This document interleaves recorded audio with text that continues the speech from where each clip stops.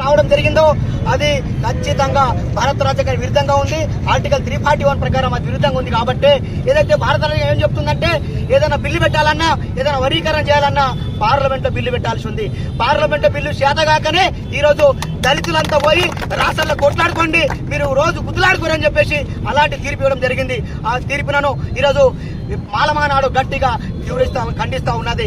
కాబట్టి ఒకటి చెప్తా ఉన్నాం. ఈ రోజు నిరసన కార్యక్రమం మొదలు పెట్టినాం. ఏదైతే భారత రాజ్యాంగానికి విరుద్ధంగా ఆర్టికల్ 341 విరుద్ధంగా జడ్జిమెంట్ ఏదైతే ఇచ్చినారో దానికి ఏ రాష్ట్రంలో కూడా బిల్లు పెట్టనియం. మీరు జడ్జిమెంట్లు ఇవ్వచ్చు కోర్టులో కూర్చొని, కానీ అది రాజ్యాంగ విరుద్ధంగా ఉంది. కాబట్టి మేమందరము ఏకతాటిగా వాళ్ళందరూ ఏకమై భారతదేశం మొత్తం ఈ రోజు ఉద్యమం రగులుతుంది. నిరసన కార్యక్రమం మొదలైనాయి. ఏ రాష్ట్రంలో కూడా బిల్లు పెట్టేనియము.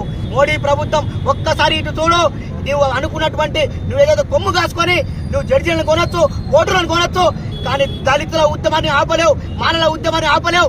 ఏ రాష్ట్రంలో కూడా వర్గీకరణ బిల్లు పెట్టనీయం. పెట్టి ఎవరైనా పెడితే మాత్రం ఎవరి పుట్టగతులు ఎక్కడ చేస్తామని చెప్పేసి మాలమానాడు కథం తొక్కింది. ఏదైతే 2004లో చెన్నయ్య గారు ఇచ్చారో ఆ దాన్ని కాదని ఈ రోజు మీరు రాజకీయ పుటాన చేసి ఏదైతే చేస్తున్నారో ఇది భారతదేశం అంతా అగ్గి మీద గుగ్గిలమైతుంది. ఏదైతే మన తెలంగాణ ముఖ్యమంత్రి గారు రేవంత్ రెడ్డి గారు నేను భారతదేశంలోనే మొట్టమొదటిగా నేనే ఇంప్లిమెంట్ అని చేస్తుండ్రు. అయ్యా నువ్వు ఈ ఉరుకులాడకు, దయచేసి ఉరుకులాడిన వరకు ఉరుకులాడిన వాళ్ళందరూ ఏటుగడ్డకు చేరింది. కాబట్టి వాస్తవాలను తెలుసుకో. నువ్వు వెంటనే గణాంకాలు చేపించి కుల గణాంకాల ప్రకారం మరి 22% నువ్వు చేస్తా అని చెప్పినావు. ఆ 22% చేసినాక ఇంప్లిమెంట్ కు తీసుకొస్తే బాగుంటుందని జిల్లా మాల మహానాడు, తెలంగాణ మాల మహానాడు కోరుతుంది.